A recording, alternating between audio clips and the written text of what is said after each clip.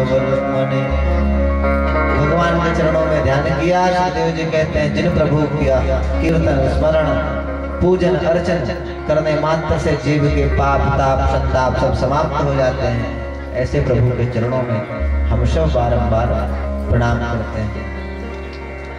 तपस्विनो दान पराय यशस्विनो मनस्विनो दान्त्रविदः सुमंगलः क्षेमं न विन्दन्ति विना यदर्पणम् तस्मै सुभद्र श्रवसे नमो नमः।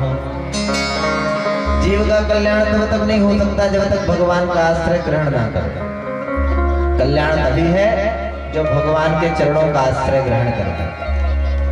यदि हम अपने जीवन में कल्याण चाहते हैं तो सिर्फ भगवान को आश्रय माने। तो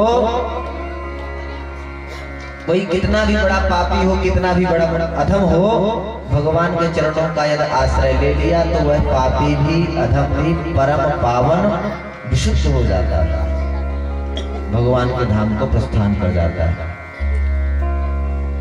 भगवान के चरणों का ध्यान करने के बाद सुखदेव जी कहते हैं परीक्षित ध्यान से सुनो।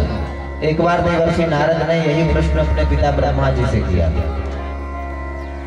ब्रह्मा जी को जब ध्यान लगाए हुए परीक्षित नारद जी ने देखा तो नारद जी ने कहा पिताजी सारी सृष्टि की संरचना तो आपने की है, फिर आप इसका ध्यान लगाते हो आंख बंद करके, क्या कोई आपसे भी ऊपर है? तो ब्रह्मा जी ने संपूर्ण सृष्टि प्रक्रिया विस्तार से बताई। सारी सृष्टि प्रकृति और पुरुष की सम्यावस्था में जब लय हो जाता है, सम्यावस्था में ही सृजन होता है। प्रकृति और पुरुष पृथक हुए। प्रकृति का दर्शन जब पुरुष ने किया तो पुरुष के दर्शन करने से प्रकृति में हलचल उत्पन्न हुई, क्षोभ उत्पन्न हुआ, और जब क्षोभ उत्पन्न हुआ तो महातत्व की उत्पत्ति हुई। उस महातत्व के द्वारा त्रिविध अंधकार सत्य रज और तम की उत्पत्ति हुई। तमोगुण के द्वारा पृथ्वी जल तेज वायु आकाश पंचभूतों की रचना हुई, और इसी के द्वारा पंच तन्मात्राएं शब्द स्पर्श रूप रस व गंध तमोगुण के द्वारा उत्पन्न हुई।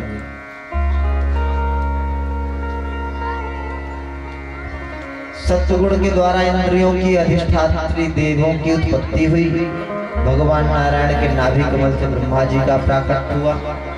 ब्रह्मा जी जब निकले कमल के ऊपर पाया, कमल की जड़ को पकड़ने के लिए नीचे जाते, लेकिन उसका कहीं आदि अंत मिले ही नहीं। सोचने लगे को हम मैं कौन?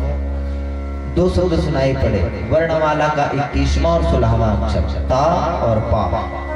तपस तपा तत्करो।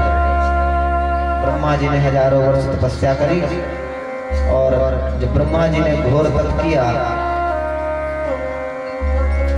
तो भगवान ने अपनी कृपा से ब्रह्मा जी के हृदय में वाणी को प्रकट किया, और भगवान ने आशीर्वाद स्वरूप चतुश्लोकी भागवत के माध्यम से ब्रह्मा जी को संपूर्ण वेद वेदांत का ज्ञान दे दिया। इसे चतुश्लोकी भागवत कहते हैं। भगवान कहते हैं ब्रह्मा जी जरा ध्यान से सुनिएगा, मैं अपना अत्यंत गोपनीय ज्ञान तुम्हें बता रहा हूं, और ऐसा ज्ञान नहीं दे रहा हूं, पूरा ज्ञान नहीं है, अनुभवजन्य है, अनुभवजन्य है। अहमेवाशमेवाग्रे नान्ययत सदशत परम पश्चादहं यदेतच्च यो वशिष्येत सोऽस्म्यहम्। भगवान कहते हैं ब्रह्मा जी सृष्टि के पूर्व में मैं सिर्फ था, सिर्फ मैं ही था और कुछ नहीं था, और सृष्टि में जो बनता है वह भी मैं ही, और सृष्टि के बाद जो बचता है वो भी मैं हूं। मेरे पहले कुछ नहीं था और मेरे बाद भी कुछ नहीं, सिर्फ मैं। ब्रह्मा जी ने मन ही मन सोचा भैया आप ही थे, लेकिन आपने सारी सृष्टि बनाई, ठीक है, लेकिन बनाने के लिए कुछ मटेरियल तो चाहिए, कुछ सामग्री तो चाहिए। जैसे कुम्हार मिट्टी के बर्तन बनाता है, बनाने वाला तो कुम्हार है, लेकिन बनाने के लिए मिट्टी की आवश्यकता तो पड़ती है। सुनार सुंदर सुंदर आभूषण बनाता है, लेकिन बनाने के लिए स्वर्ण तो चाहिए। उसी प्रकार आप सारी सृष्टि बनाते हो, आपके पास कोई पदार्थ तो होगा जिससे आप बनाते हो। भगवान ने कहा हमें किसी पदार्थ की आवश्यकता नहीं है, बनने वाला पदार्थ भी मैं हूँ और बनाने वाला कारीगर भी मैं हूँ। जैसे मकड़ी जब अपना जाल बनाती है